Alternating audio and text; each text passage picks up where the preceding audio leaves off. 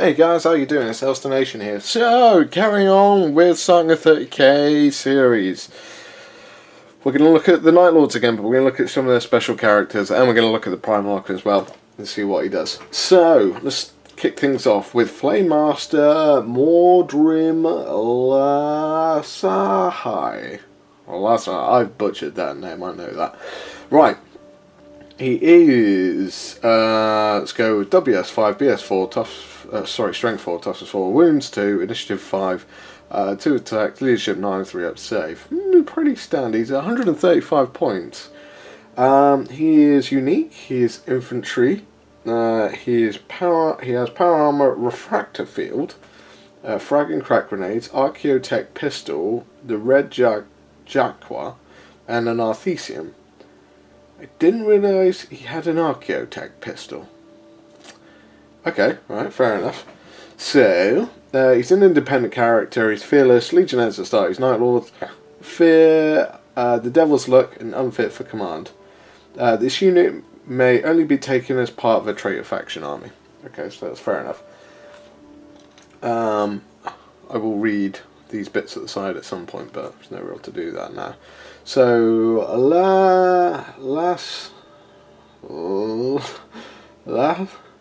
Lansahai? Okay. Custom warp scalpel is a long-bladed knife of unknown origin whose edge can cut cleaner and deeper than any power blade. Although not true combat weapon, in Lansahai's hands it's a terrifying deadly thing. Red Jaqua has the following profile. It is range nothing, strength -1, so strength 3, AP 3, melee, murderous strike, and specialist weapon. Attacks with this rule cause instant death on to wound roll of a 6. Roll any viable saves against instant death, causing wounds separately to any other wounds. Okay, so he can cause instant death. Yeah. I've never used this gun. I never really thought of. But reading the rules out, sometimes you can find out. Oh yeah, this is actually quite good. He's got the Devil's Look, feared and distrusted even amongst his own legion. That guy, his name, has survived both enemy action and attempts on his own life by comrades, seemingly often by sheer chance alone. This has only enhanced the Primus Medicae's dark renown. Lansahai may re-roll failed Lookout Sir and feel no pain rolls. Oh. Now, does that mean for all the people in his squad? Okay. Now I see why you might use him. I don't know if that means him or his squad. I would probably say just him. For like Lookout Sir rolls. But I don't know. That's interesting. If that benefits the whole squad, this guy's incredible. Better than a Primus Medicae. Unfit for command. He may not be taken as compulsory HQ selection for the army and can never be its warlord. Even Night Lords have their limitations of toleration for madness. Basically, this guy's a bit nuts, and Night Lords are even like, yeah, nah. So, next guy, good old favourite, Mr. Sabotage. So, Sabotage is 175 points. Quite a bit more. However, well worth it. He's weapon skills 7. He's BS5, strength 4, toughness 4, 3 wounds, initiative 6, 4 attacks, leadership 9, 3 up armor save. So, he is infantry, he's only got power armor, he's got iron halo, frag and crack grenades, mastercrafted nostrum chain glaive, bolt pistol, master of the attrementa, and trophies of judgment, which means he causes fear. Independent character, Legion as a start, he's Night Lords, Master of the Legion, Dirty Fighter, Repressed Psyker, and Precision Strike. So Precision Strike is pretty crazy because he can then start picking out apothecaries and stuff like that. He can only take him as part of the traitor faction, that's fine. So Master of the Ambush is a warlord trait. I realise I got this wrong. If chosen as in the army's warlord, Sabotage automatically has the Master of the Ambush trait rather than rolling randomly. This means that all friendly outflanking units have the acute sense of special while Sabotage is alive. Yeah. I get to pick which board edge I come on if I'm outflanking. Yeah. It's not that great. I personally put him in with something else, with a different one. But, however, he's got an amazing stat profile. He's got a mastercrafted chain glaive, which means he's strength 5 effectively with rending on 6+. If he outnumbers, he's going to be hitting on 2+, and pretty much because he's weapon skill 7, he's the equivalent of the weapon skill of a primarch, which is pretty scary in its own right. Master of the Outrementor, Night Lords, Terminator squads, and Terminator command squads from the same detachment as Sabotage, who Deep Strike will not scatter as long as they place within 6 inches of Sabotage as they deploy. So that's pretty cool. So yeah, because you can give Night Lord Terminators Deep Strike, you could run it kind of like a 40k list. Dirty Fighter, Sabotage is one of the most dangerous hand-to-hand combatants in his or any other legion. He gains the instant death special rule for his attacks in addition to any from his weapon when fighting in a challenge. That makes him disgusting.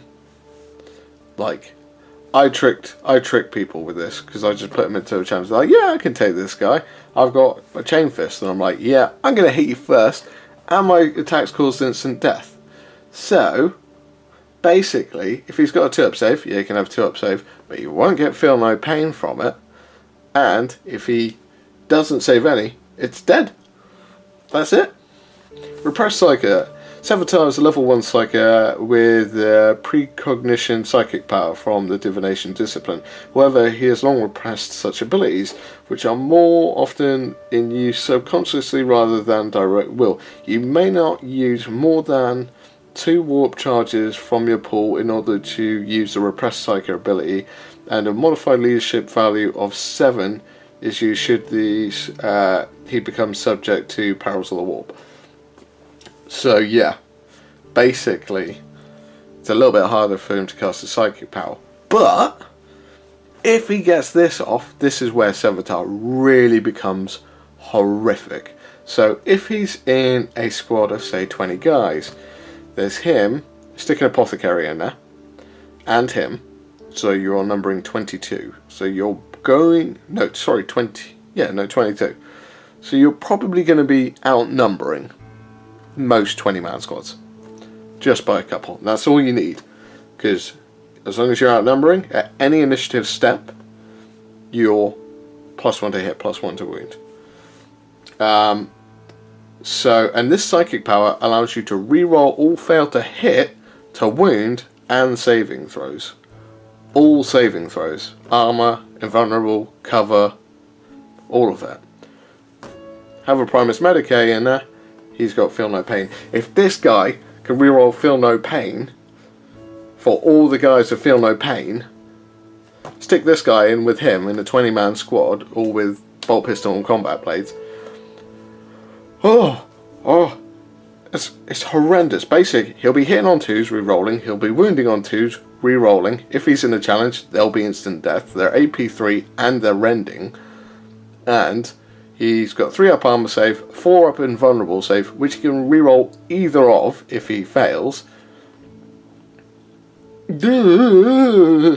Sabotage is one of the most grossest guys in there. He's always underestimated because he's still only got a 3-up armor save. You've got to pick it wisely though. So don't. If you got the opportunity to take out more guys that have got 3-up armor save, do that first before you focus on the characters. Because I found out with him, I tried to take on the character who had a 2-up armor save. I didn't kill him, and then the rest of the guys just pounded him into the dust. So yeah. Right, I'm going to take a quick break, back in a sec, and then we're going to have a look at the bad man himself. Back in a sec. Okay, the bad man himself, Conrad Kurz. So for all the Night Lords fans, you're gonna like this.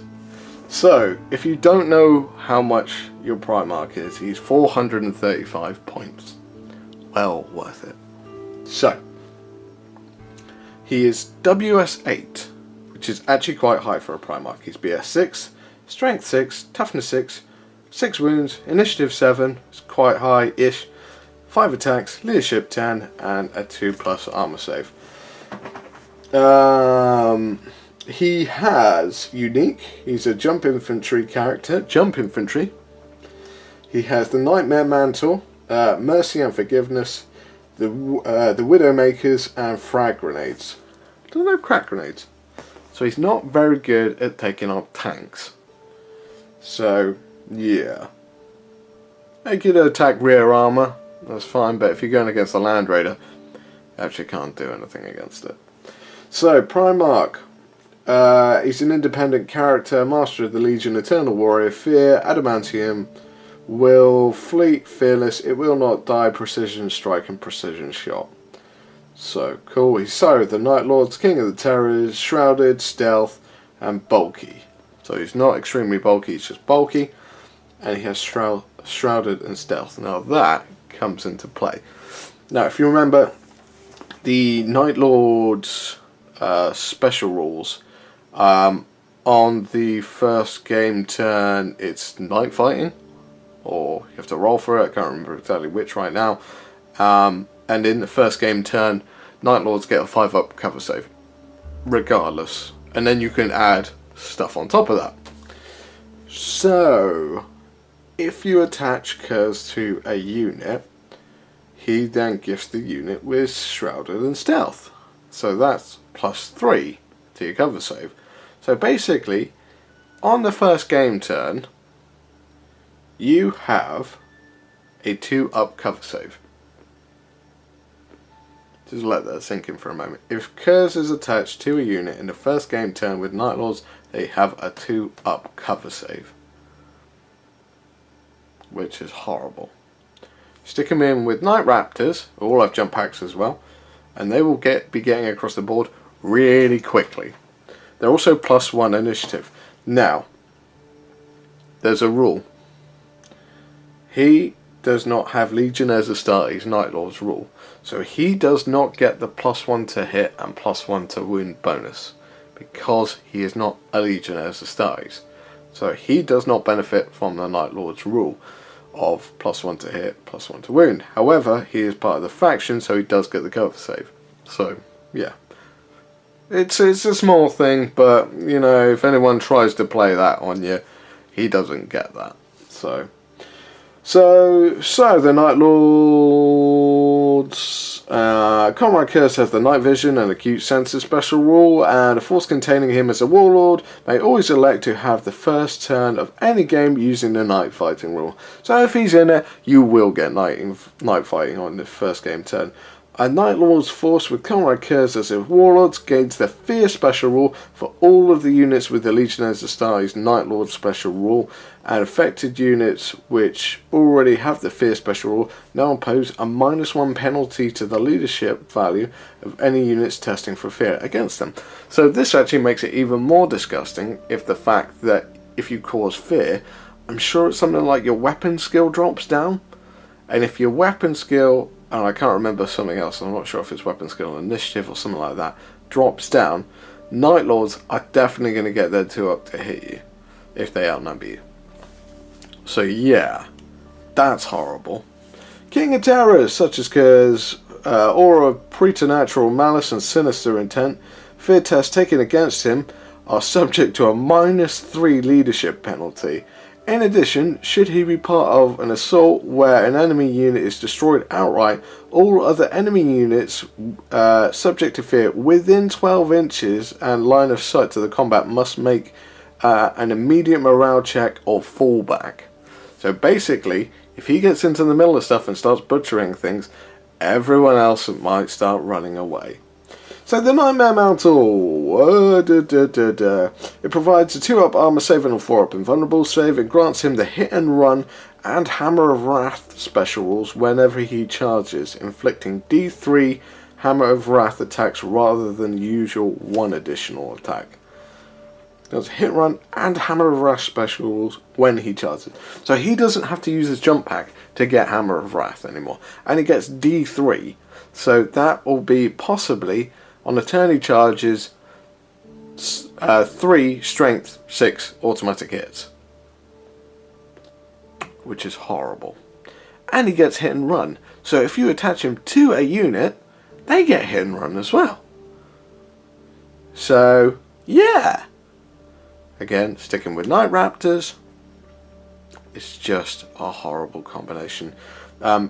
You'd have to stick a Primus Medicae in there because I don't think Apothecary's going to have jump packs, so you have to have a Primus Medicae. Mercy and Forgiveness. They are the range is melee, strength of the user, which is 6, AP 2. They have melee, shred, specialist weapon, murderous strike, paired, +1 attack. So Kurz has a standard of 6 attacks. They all reroll to wound. AP 2. And they have murderous strike, so attacks with a special rule cause instant death on a roll of a 6. So, yeah. Widowmakers, I like this. So the Widowmaker is kind of like, everyone says it's like Batman's throwing bat things, or it's basically throwing knives. Okay, so it's not very long range. It's strength 4, AP 5, assault 3, and lethal precision. So this is where they get good. Wielded by Kurz, these weapons inflict precision strikes of a 4+, and to wound rolls of 6, ignore both armor saves and invulnerable saves. So, if you want to pick out a sergeant, or you want to pick out an apothecary, throw these. Any strikes of 4+. So on a 4+, you could pick out the one. So he's got a BS of 6. So you're probably going to get 3 out of that. 2, if you're really unlucky. You're probably going to get at least one of them be a precision. The odds are not overly great, but he doesn't really have a gun, so just use these, and you might get lucky and pick out someone really horrible. So, for example, Terminators, like if you're going to get some Red Butchers, now they don't cause instant death, so they just ignore armor. So stuff with 2 wounds, probably not worth it, but your 1 wound models like your apothecaries and stuff like that, that will be where this is brilliant. So my personal preferential tactic, and it's a super expensive one, is run him, 15 Raptors, and a Primus Medicae, all in one big pack. You could probably get away with 10 Raptors, all with Nostraman Chainclaves, and yeah, on the first turn they're going to be pretty well covered. If you take the specific Rite of War for the Night Lords, where the game turn can go on longer, that so if you had that, so you could potentially rock around game turn 3 still having a 2-up cover save, which is horrible, and a 4-up invuln if they got flamer weapons and stuff like that. And yeah, the any unit they hit, because Raptors get the whole D3 charge, D3 attacks when they charge instead of just the +1.